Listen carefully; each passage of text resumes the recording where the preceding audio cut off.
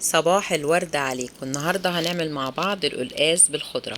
عندنا كمية من الخضرة، طبعا السلق والكزبرة بغسلهم كويس قوي وقطعتهم وضربتهم في الخلاط وحطيتهم على النار علشان ينشفوا.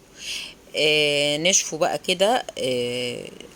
سبتهم لما نشفوا خالص، وبعدين انا بحكم ان انا بره فما عنديناش قلقاس كتير، فجايبه قلقاس معايا من مصر مجمد. فطلعت كيس قلقاس بطلعه، ببقى غسلاه ومنضفاه جدا وحافظاه. هحطه على طول في الخضره بعد ما نشفت. احنا لسه لا حطينا لا توم ولا سمنه. دلوقتي بقى هقشر كميه من التوم كده، نص راس توم او حاجه، وهقطعها صغير، وهحط عليها معلقه سمنه بلدي بتبقى جميله.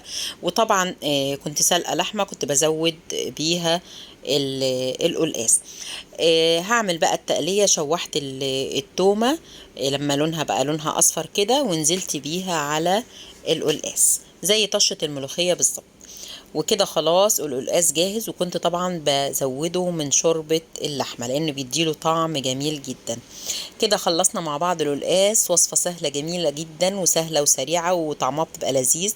عملت جنبها طبعا اللحمة المسلوقة، حمرتها، والشوربة، ورز بشعرية، وطبق سلطة، او عندك بقى خضار، خس، جرجير، الكلام ده، وبيتقدم وبتبقى اكلة شهية جدا وجميلة جدا في الشتاء، بتدفي ولذيذة جدا وسهلة وبسيطة، مش محتاجة حاجة. لو عجبتكم الوصفة يا ريت ما تنسونيش في اللايك والشير والاشتراك. مع السلامة.